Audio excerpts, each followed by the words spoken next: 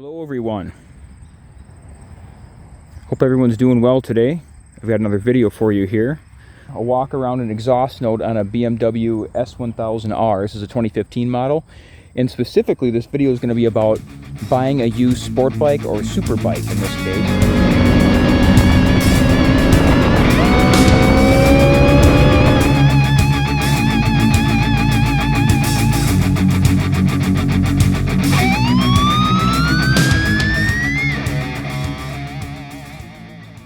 So we're going to look this over front to back, and we're going to be going, I've got another video I'll link here up above for inspecting a used motorcycle, kind of a general in-depth video. This one's going to be specifically about sport bikes or super bikes and the way they are kind of generally ridden or can be ridden or treated. And we're going to talk about, it's going to be pretty in-depth, I think. We'll see how long this gets. So let's jump right into it here. We're going to start on the front. This is a Puig, I think I'm saying that right, high-tech parts, little bit of a bigger windscreen, which does break a bit of turbulence for you. I do have the smaller one for this as well. And let's zoom in to the front forks. This is important with super bikes and sport bikes. So if you look here, look at your fork seals. Is it leaking? Is it wet here? Is it dirty? That's kind of dirty right there. Look up in there. Is it cracked, right? Stuff like that. What shape is it in? You know why? Because people be pulling wheelies with stuff like this. You know it. You know they are. I don't know. Forks on this look good. Check both sides. I checked this before I bought it, of course, so right, looks good. Looks nice there. Look at the seal there. Looks good. And then you got your double disc here on this this model S1000R. And you can check your pads. Another important thing is check pads on these, especially front pads, because if they're tracking it or racing or doing a lot of hard front, front stops here, well, stopping hard with the front brakes, pulling them in, you're going to wear your pads down. So let's see if we can see, there should be a little viewing space in here where you can see the pad. Let's check both sides here. It might be tough to see. It's right in there. Yeah, you can kind of see that. See that right there? See the pad? There we go. There's some pad there. See it? It's like below. I can see it with my eye. Let's see if you guys can. See that piece sticking out? That is not it. It's behind there. And there's pad left there. And you can check both sides if you can get to it. See if I can see this side. This side is very similar because they're both front. If you can see that in there. See that pad touching the rotor? There you go. You got pads there while you're done. Since we just checked this, I said front to back, but let's see if we can see the back pads so we don't forget them later. Let's come around to the back. I'm on gravel. That's why that's dirty looking like that. All right, much easier to see the back pads here. All right, look at that. That is a lot of pad there. There is more than enough. But it's a sport bike, so there's usually not a lot of rear brake used here. All right, let's go back up to the front. Brakes look okay. These pads are probably, I don't know, I'd say maybe half-life if you look at the back. Something like that. There's 10,000 miles in this bike. And check the front here. Check for rocks or damage here. Pitting right on the on your fork tubes. These are very clean. There's a little bugs right there. I just washed this up. I didn't quite get everything though. Very clean, nice fork tubes, like the gold. Looks good. This bike also has, like the MT10 in the previous video, has guards here, so it blocks the bugs from getting on your fork tube so much. And if you get gunk and bugs and things here, like I was talking about, you can mess up your fork seals that way. Check the radiator. This one has Evotech guards on it, so it's hard to see through, but if you can, I did wash this with, you don't want to use too much high pressure when you're washing. I tried to get some of the bugs out, but it's hard to get bugs out of these. But I did my best. Take a look inside. See if I don't know if you can see through on the camera. I can with my eye. See if you can see through, see if there's any damage in there. This looks good. This has the guard on it here, so I don't see any like big damage. Maybe you can see through here. It's tough to tell on video, but I can see it with my eyes. So look through and see if there's any, rock damage, things like that. This is the oil cooler down here. Everything looks pretty good. That's more of a high speed, like highway, throwing up rocks kind of deal. And while we're talking about that, let's talk about the tires. Another kind of specific sport bike thing, although Harleys can be ridden or cruisers can be ridden this way as well. Look at the tires here. These ones are a bit cupped. I'm going to be getting new tires for this. I believe it's going to be Continental Sport Attacks. It's going to go with the bike when I sell it. These are a bit cupped, so these tires need to be replaced. Now look through here and see if there is what they call chicken strips, or safety margin, I guess is the proper thing if you're riding on the street. See how this still has the little rubber pieces here? He's never really had this tire over in the side, it looks like, at least not past here, and I haven't either. So this bike was probably not tracked, at least not by anyone of any skill, because they'd be all the way over here rubbing these edges off. And it's cupped, which means that maybe he ran it with the pressure a little low, or the pressure incorrect. I've checked the pressure since I've had it. He commuted on this bike, the previous owner. That's going to be another topic here we're going to talk about in just a second, previous owners. Check the back here. Is the back flat in the middle? It is a bit flat, if you can tell here. You guys, if you can tell on video, I think you can. See how I'm running my hand over and then whoop, flattens out right there. And it goes around and whoop, flattens out again. Why do you think that is? Well, that's because he probably did a lot of highway miles on this. He didn't spend a lot of time leaned over. Check for chicken strips again, or safety margin area, and it wasn't leaned over much past here, if you can see there. Get my hand out of the way. And you've got the rubber right there. So this bike was probably not tracked, at least not on these tires. If you see a lot of, how can I describe it? Pilling maybe, like, you'd see like pilling on a shirt, and this is all like peeled up, and looks like the tires have gotten really hot, and the rubber's kind of bubbled up a bit, and it's pilled all the way over to the edge. That means the tire's probably been tracked, or the guy was riding like a boss on the street and just getting it. These tires are not like that. You can kind of tell how the bike was ridden that way. The tires and the brakes would tell you quite a bit, and the shocks. If you got leaking front shock tubes up here, a couple reasons. Could be a lot of miles on the bike, probably more than 10,000, maybe 20, 30, or the guy liked to do wheelies, and he came down hard doing wheelies, and he blew his fork seals out. That's also possible. Another sign of abuse to a super bike or sport bike. Come back around here, come up here. This has electronic adjustable, flash my light there, electronic adjustable shocks with the different modes, and you can turn the key, obviously make sure everything turns on. Look at see the service date there, March 2022, so it has been serviced by BMW. I serviced this, he's had serviced BMW. I think he did some of his own service as well. So you can probably get that reset. Like, let's say the oil's been changed, everything's up to date, which it is on this bike, but he must have done it himself. That's why it says service March of this year. It hasn't been reset by a dealership, which can be done. And if they have service records, even better. This bike did not have service records when I got it. And before we do this, let's talk about this for a second. Here, let me turn this off. Who is the previous owner of the bike? What's their age? That's the main thing. Are you buying a super bike from someone 20 years old, under 25, or are they over 25, or are they over 30?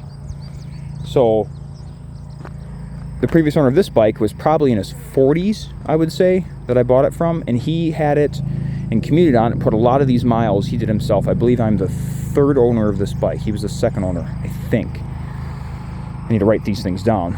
So he was not riding this like he was riding highway miles to commute back and forth over to the next state over. I'm in Wisconsin here. He's commuting over to Minnesota. So a lot of the miles were done on the highway, right? And I actually got this bike on a trade. I traded my FatBob for this bike, which I don't think the FatBob's been on the channel yet, but it will be. It will be, probably, maybe even before this video comes out. We'll see. All right. And yeah, the main thing is let the person talk. So let the previous owner talk. Don't interrupt them. That's a big problem I have.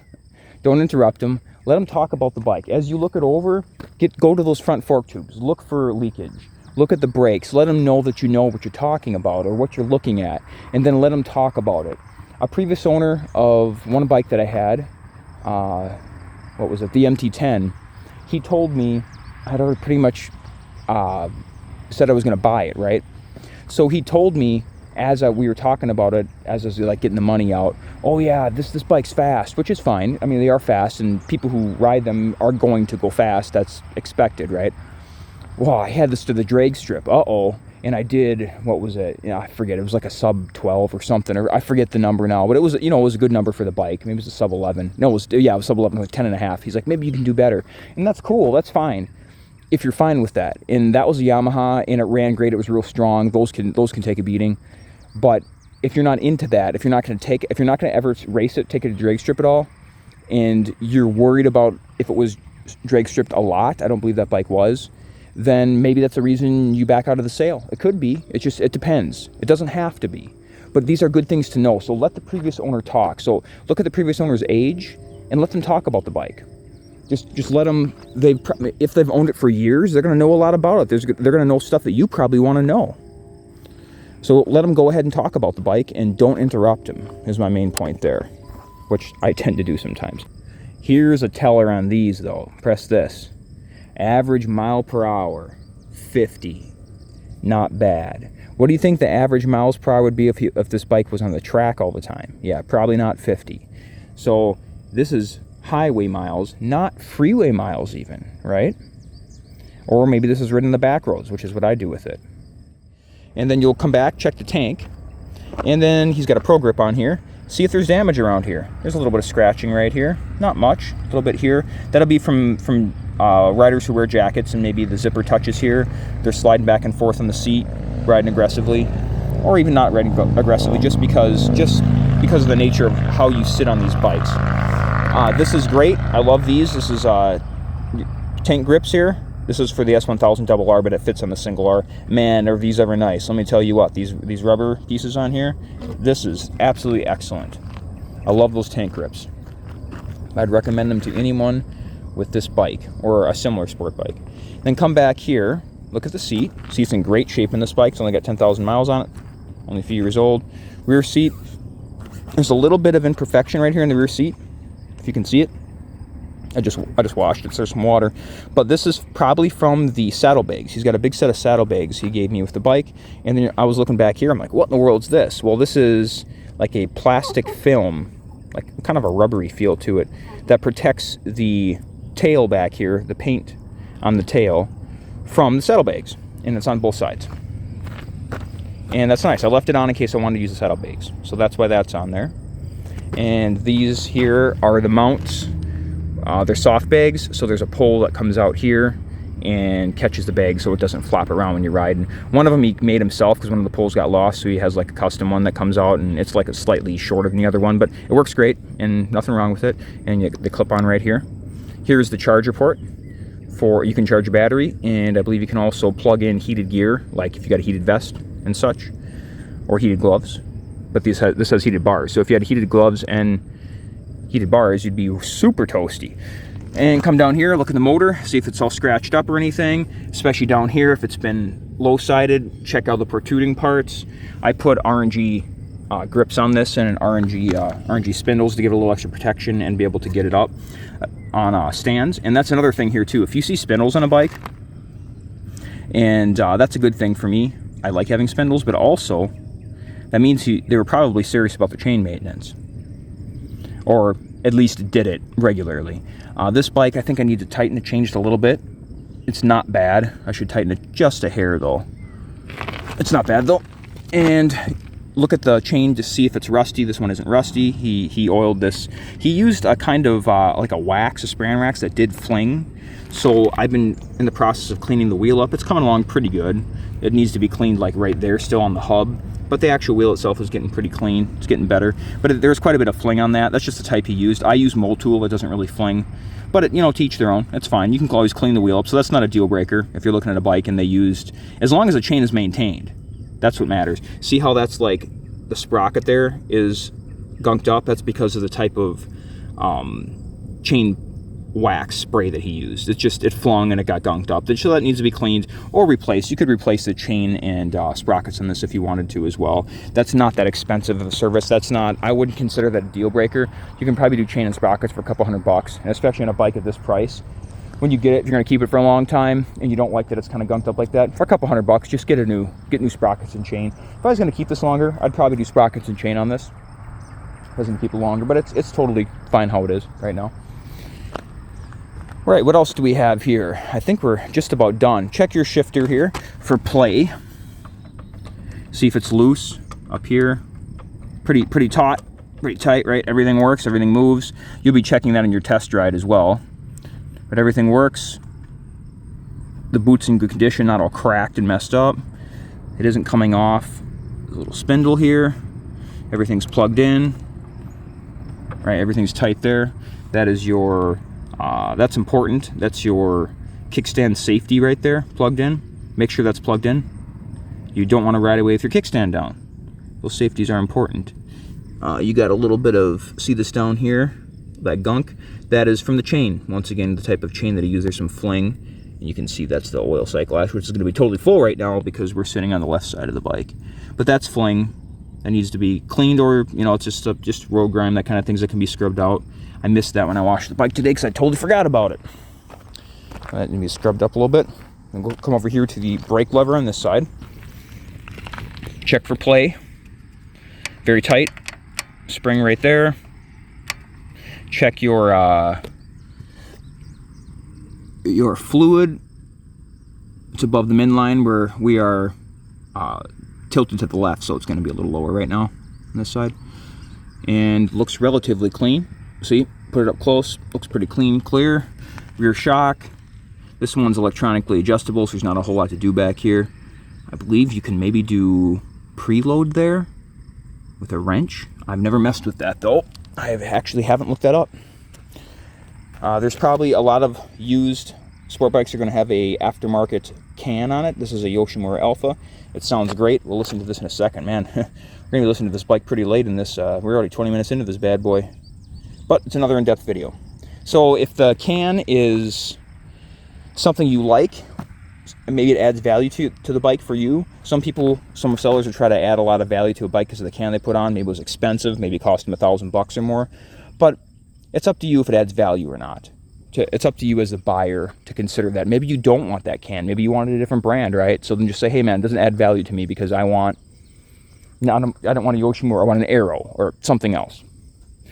All right, and let's get her started up here. And we'll give it a listen. This one has bar risers I put on it, the Rocks speed effects. Some people like these risers, some don't. They were good for me, and everything reaches just fine. There's plenty of slack. And that could be something too. Maybe you like